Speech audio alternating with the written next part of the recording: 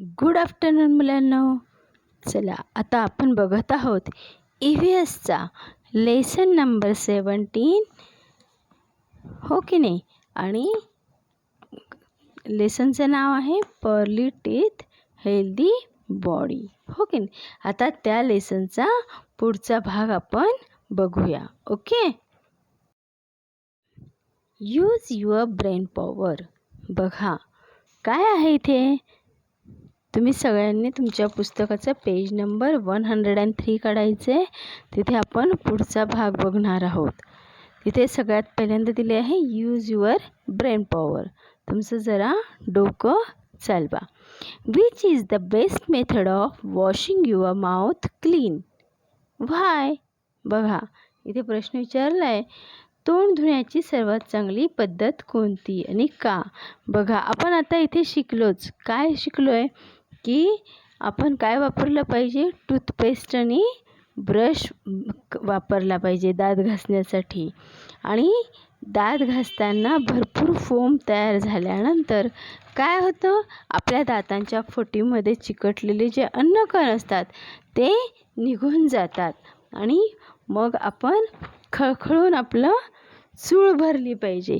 त्याच्यामुळे काय होतं की आपल्या दातातलं फटींमधलं जे काही अन्नकण असतात, पार्टिकल्स असतात, ते सगळे निघून जातात व आपलं तोंड जे आहे ते स्वच्छ धुतल्या जातं. समजलं सगळ्यांना मुलांनो. आता याच्या पुढे आपण बघूया, why must we wash our hands before we eat. बघा मुलांनो, आपण काही खाण्याआधी हात का धुवायचे, तर लक्षात घ्या. हात का धुवायचे असतात, कारण आपण इकडे तिकडे फिरतो, कुठेही हात लावतो. आपल्या हातावर अनेक विविध जर्म्स असतात, धुळीचे कण असतात. त्यासाठी काही खाण्यापूर्वी आपण दात घासले पाहिजे. बघा इथे, try this. Take a glass of beaker half full of water. Tell any student of your class to wash his or her hands in the beaker of water. बघा एक काचेचं चंचूपात्र, एक भांडं घ्यायचे. ते अर्ध भरलं तरी चालेल. त्याच्यात अर्ध भरेल इतकंसं पाणी घ्यायचं स्वच्छ आणि त्यात ठेवायचं. वर्गातील कोणत्याही एका मुलाला सांगायचे की तू ये आणि इथे या बीकरमध्ये, या भांड्यामध्ये तुझे हात स्वच्छ धु. Okay. Then look at his her hands. आणि नंतर तिचे किंवा त्या मुलाचे किंवा मुलीचे हात आपण बघायचे आहेत. See if the water in the beaker has change in any way. What do you see. बघा त्यानंतर तुम्ही काय करायचं आहे, त्या चंचूपात्रातल्या त्या भांड्यातल्या पाण्यामध्ये काही फरक पडला आहे का ते सुद्धा बघायचं आहे. हात पण बघायचे आणि चंचूपात्रातलं पाणीसुद्धा बघायचं आहे. त्या काचेच्या भांड्यातलं पाणीसुद्धा बघायचं आहे. तुम्हाला काय आढळून येतं, काय दिसतं तुम्हाला तिथे. बघा, the hands that were wash in the beaker become clean. हात जे पाण्यामध्ये धुतले होते ते हात कसे झाले, क्लीन झालेले आहेत, स्वच्छ झालेले आहेत, हो की नाही. त्यानंतर the water in the beaker look slightly मडी. त्या भांड्यातलं जे पाणी होतं ते अगदी लाईट असं गढूळ झालेलं आहे. You will find that the same thing happens no matter which of your classmates tries this. बघा तुमच्या वर्गातल्या कोणत्याही मुलांनी किंवा मुलीने जर हात धुतला असता तरी हेच दिसलं असतं.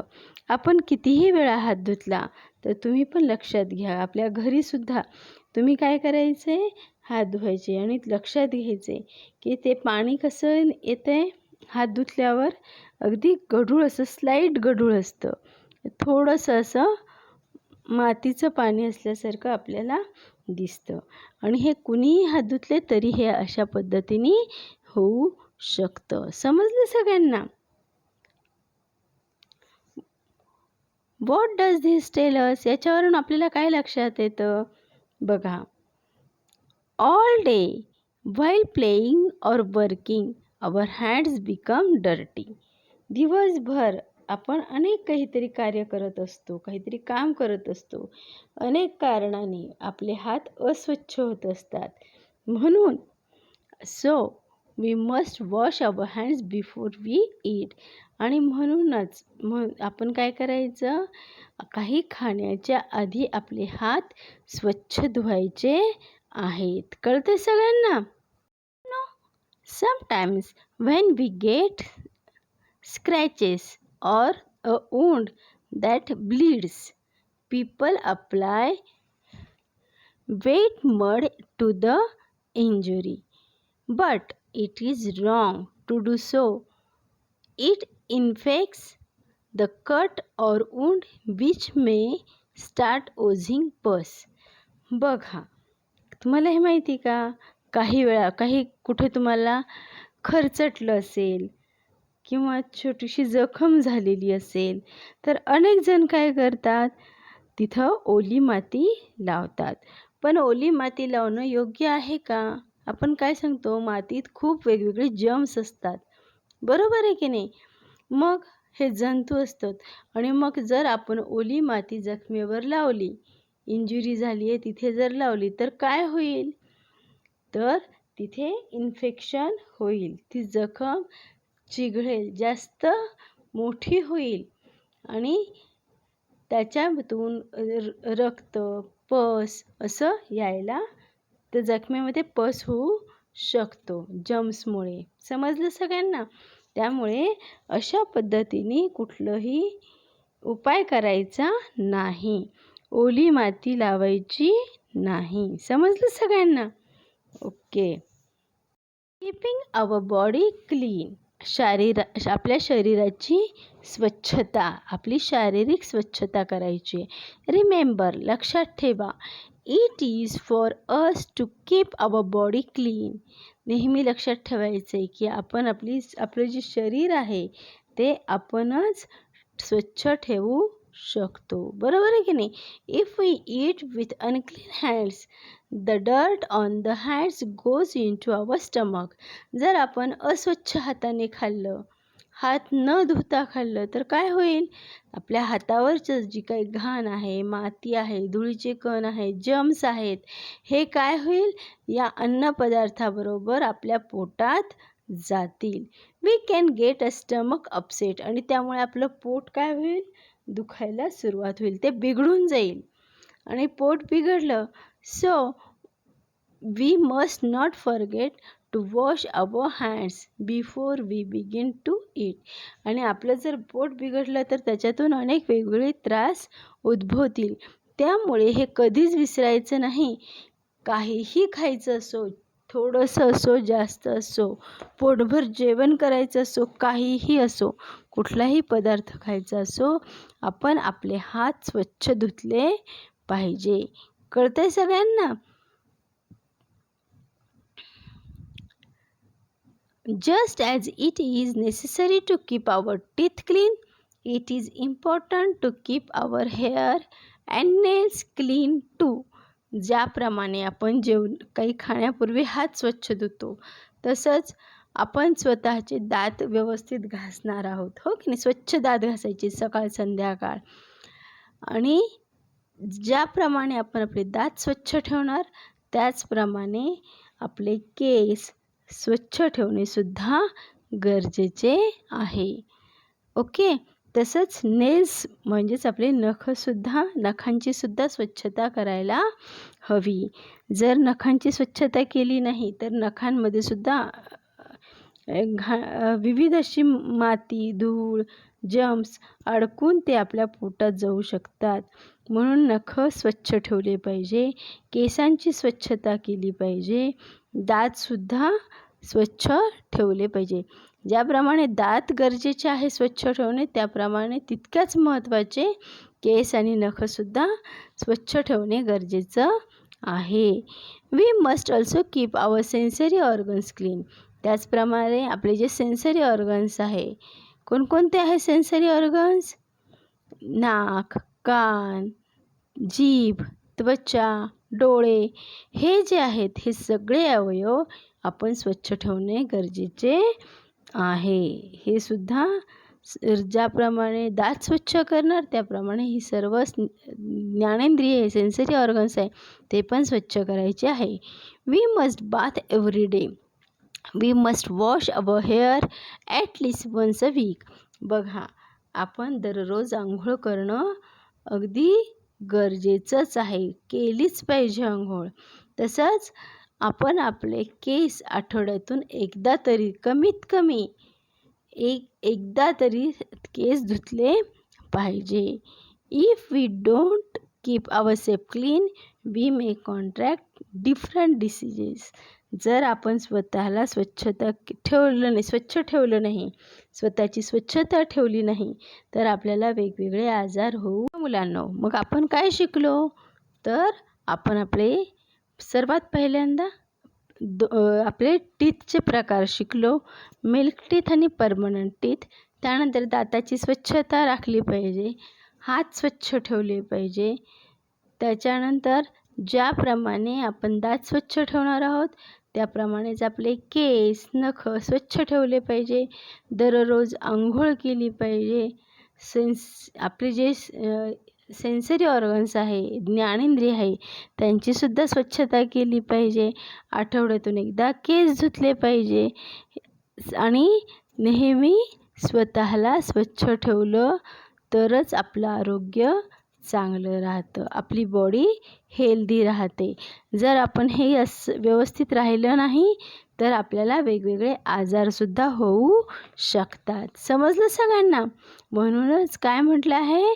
Pearly teeth, healthy body. बघा, आता पुढे बघूया. Who are the really smart ones? खरंच कोण स्मार्ट आहे? बघा, everyone brushes their teeth in the morning. सगळेजण सकाळी ब्रश करतातच, हो की नाही? झोपेतून उठले की लगेच आपण सगळेच दात घासून तोंड स्वच्छ धुतो. But the smartest people, they brush their teeth before they go to bed every single night too. परंतु जे स्मार्ट असतात, जे खूप हुशार असतात, ते काय करतात? झोपायच्या आधी देखील आठवणीने न चुकता आपले दात स्वच्छ धुतात आणि तेच खरे स्मार्टेस्ट असतात. ओके. त्यानंतर everyone washes their hands after a meal. सगळेजण जेवण झाल्यानंतर तर हात धुतातच. अँड द स्मार्टेस्ट, आणि मग स्मार्टेस्ट कोण आहेत? जे जेवणाच्या आधीसुद्धा हात धुतात. They wash their hands without fail before a meal too. जे जेवणाच्या आधीसुद्धा न चुकता प्रत्येक वेळा आपले हात स्वच्छ धुतात, ते स्मार्टेस्ट आहे. ते जास्त हुशार आहेत, खरे हुशार आहेत. समजलं सगळ्यांना? आता पुढे बघूया. What we have learn. आपण काय शिकलोय? The teeth we get when we are small are called milk teeth. ज्यावेळेस आपण जन्मतो, लहान बाळ असतो, जन्मल्यानंतर काही महिन्यानंतर आपल्याला दात येतात, त्यांना काय म्हणायचं? Milk teeth. They start falling at 7 or 8 years of age. ज्यावेळेस आपण 7-8 वर्षाचे होतो त्यावेळेस ते आपले मिल्क टीथ जे असतात ते पडतात. Then we get new teeth once again. These are called permanent teeth. आणि ज्यावेळेस आपल्याला नवीन दात येतात पुन्हा, तर त्या दातांना काय म्हणतात? परमनंट टीथ, कायम दात. Okay. If permanent teeth fall we do not get new teeth in their place. जर आपले परमनंट टीथ पडले तर मात्र त्या जागी नवीन दात येत नाहीत. So we must take care of our teeth. म्हणून आपण आपल्या दातांची काळजी घ्यावी. समजलं? If our teeth are dirty foul substances go into our stomach. जर आपले दात अस्वच्छ असतील, घाणेरडे असतील, तर काय होतील? खराब जे पदार्थ असतात आपल्या तोंडातले ते काय होतात? पोटात जातात. वी कॅन फॉल इल आणि मग आपण आजारी पडतो. We must wash our hands before we eat. काही खाण्यापूर्वी आपण आपले हात स्वच्छ धुतले पाहिजे. We must keep our hair, our nails, our sense organs and the entire body clean. आपण आपलं संपूर्ण शरीर स्वच्छ ठेवायचे. त्याबरोबरच आपले केस, नख, ज्ञानेंद्रिये हे सुद्धा स्वच्छ ठेवायला पाहिजे. समजलं सगळ्यांना? ऑलवेज रिमेंबर, नेहमी लक्षात ठेवा, it is for us to keep our body clean. आपल्या शरीराची स्वच्छता आपणच ठेवली पाहिजे. समजलं सगळ्यांना? मुलांनो, कालचा अभ्यास तर तुम्ही केलाच असेल. आता आपण जो बाकी राहिलेला धडा आहे त्याचा अभ्यास बघायचा आहे. Read lesson loudly. संपूर्ण धडा व्यवस्थित मोठ्याने वाचायचा आहे. Underline the hard words and write them. Hard words जे आहेत त्यांना अंडरलाईन करायचे आणि ते व्यवस्थित लिहून काढायचे. Recite hard words. जे हार्ड वर्ड्स तुम्ही काढलेत ते लर्नसुद्धा करायचे आहे, रिसाईट करायचे. ओके. नंतर write what we have learned. आपण काय शिकलो या धड्यामध्ये ते तुमच्या पुस्तकामध्ये दिलेलं आहे. ते तुम्ही सुंदर स्वच्छ अशा अक्षरामध्ये, प्रॉपर हँडरायटिंगमध्ये, स्पेलिंग मिस्टेक न करता व्यवस्थित लिहून काढायचं आहे. समजलं तर मग सगळ्यांना? चला तर मग बाय.